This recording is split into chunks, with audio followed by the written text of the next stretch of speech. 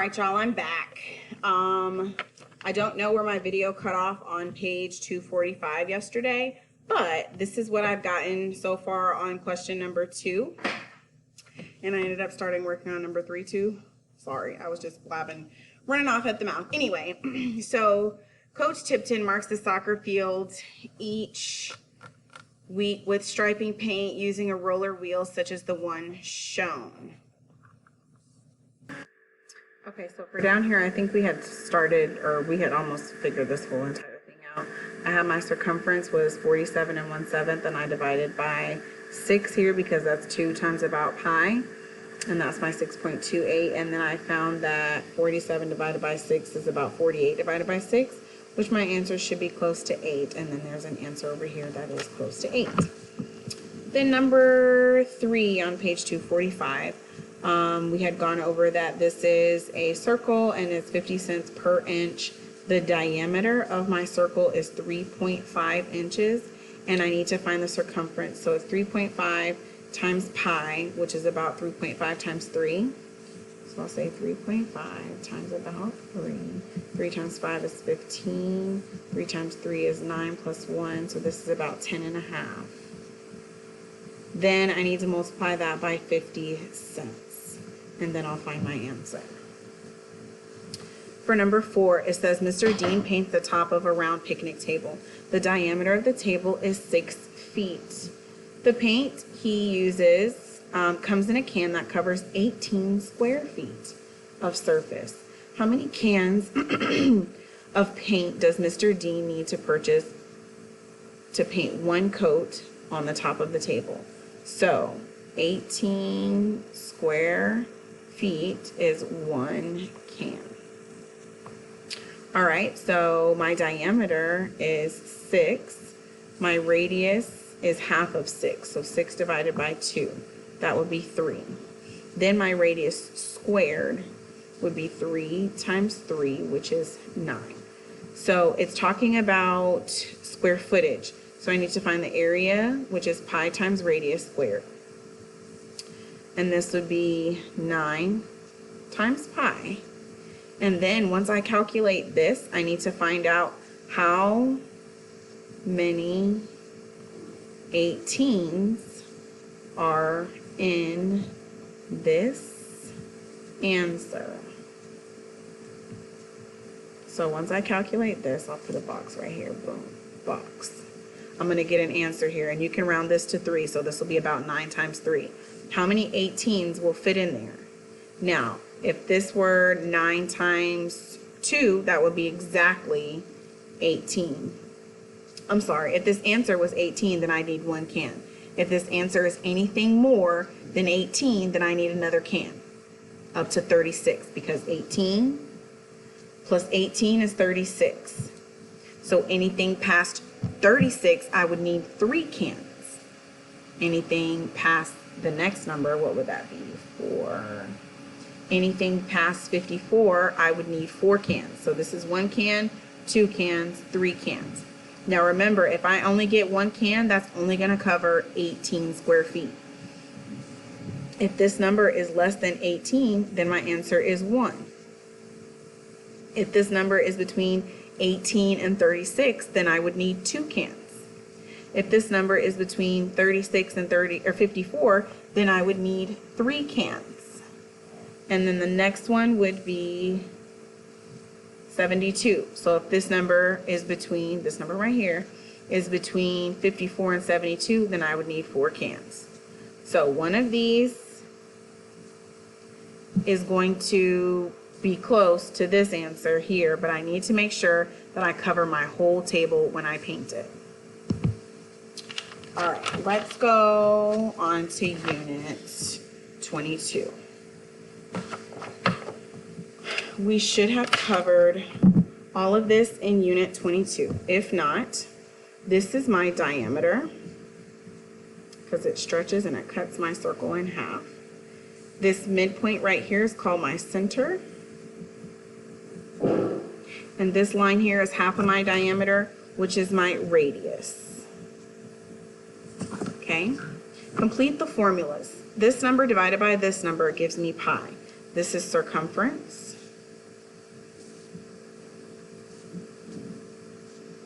and this is diameter.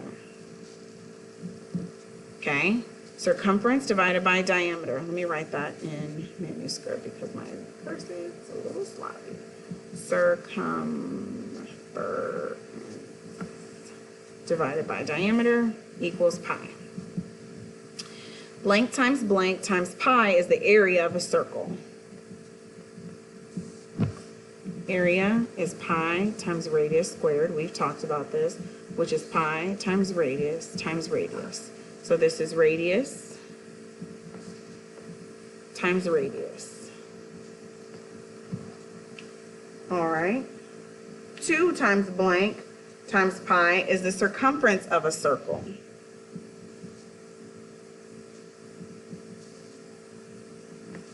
And that's 2 times radius times pi. 2 pi r. The order doesn't matter. Okay, I could say 2 pi r, I could say 2r pi, I could say pi 2r, I could say pi r2. And then the diameter times pi, with a little symbol, equals circumference of a radius as well, or circumference of a circle as well. Pi times diameter equals c. These are important formulas. Remember them, familiarize yourself with them.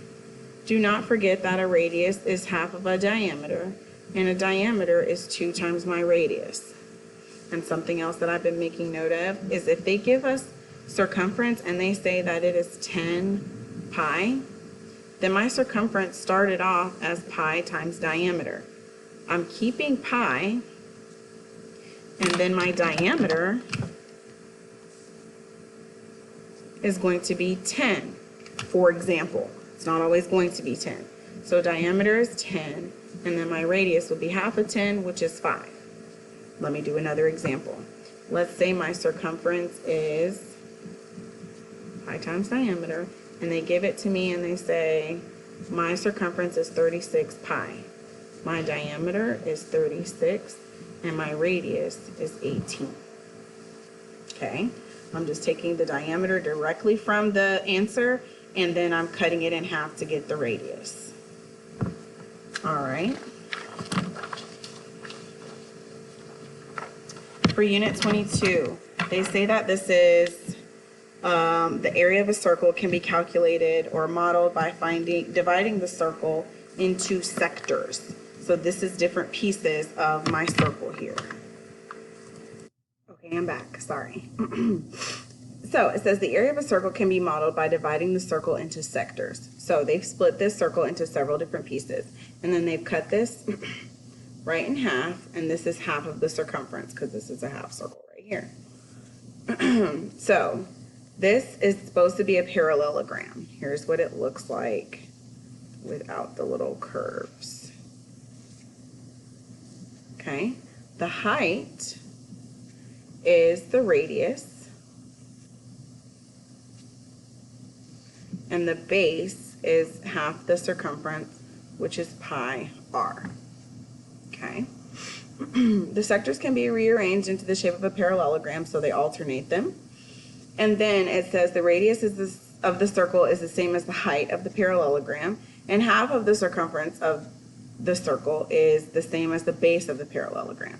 So here's the base, and then here's the height. Okay, remember, height is always perpendicular to its base of a 2D shape or 3D shape. So substitute the expressions for the base and height of the parallelogram into the formula for the area of a parallelogram.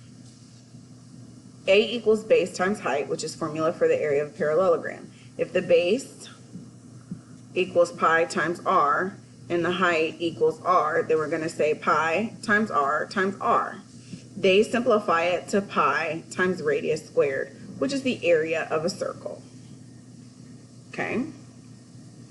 So down here it says use the info to answer questions 1 through 5. Here, they cut the circle in half. I need half the circumference, which is pi r. Circumference divided by 2. Each segment is rearranged to form the figure shown. According to my picture up here, the up and down measurement is my radius, and the left and right measurement is my pi r. So this equals pi times r, this equals r. What shape is approximated by the rearranged sections? So they said it's a parallelogram. What does x represent? X is half the circumference, so it's pi times radius. So what is the value of x? Well here, oh I didn't even read this, my bad. A circle with a diameter of 8 units is divided into equal segments. The circumference equals 8 pi. Remember, this is the diameter. So my radius is 4. So pi times r equals 4 pi, or 4 times 3.14, 6, 5, 12. 12.56. Get used to seeing both of these, okay? Sometimes they will leave pi. This is 4 times pi. This is also 4 times pi. What does y represent on the figure? So y is the radius, and the value of y is 4. Write an expression using the values for x and y to find the area of the figure. So I'm going to do 4 times 4 pi, which is 4 times 12 and 5600. On a formula chart, the formula for finding the area of a circle is a equals pi radius squared. How does the expression written for problem 4 relate to this formula? They're the same.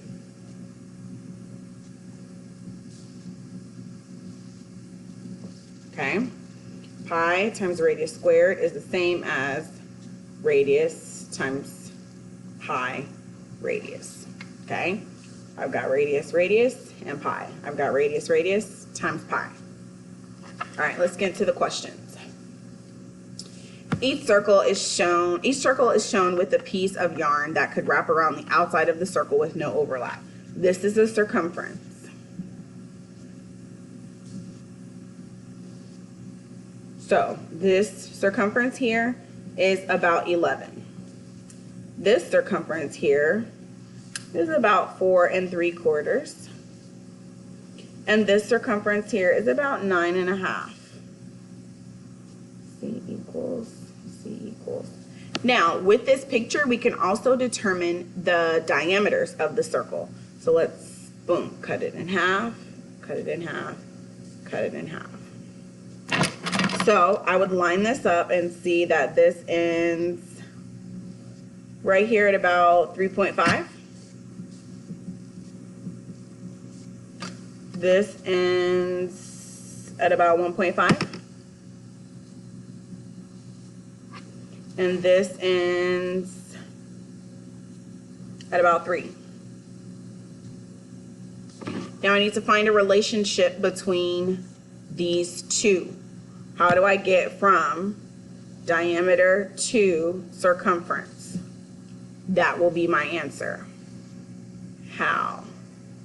How do I get from my diameter to circumference? That will be my answer here. Number 2, Shayna drew pictures to show her steps in approximating the area of a circle. She started by drawing a circle with a radius of 8 units, as shown in the figures. So here's my radius of 8. They colored in this quarter, then they colored in this quarter, and then they colored in this quarter. And then these last pieces up here, they're going to stick into this piece right here. So this is about 3 holes. And then it says, based on Shayna's model, which expression could be used to find the approximate area of a circle? So keep in mind, I need area equals pi times radius squared. Pi is about 3.14. And if I were to round it some more, what would I get? Keep in mind how many full pieces they have colored in, and these are just small fractional pieces. So it needs to be A equals some number times radius squared. What would I round this to?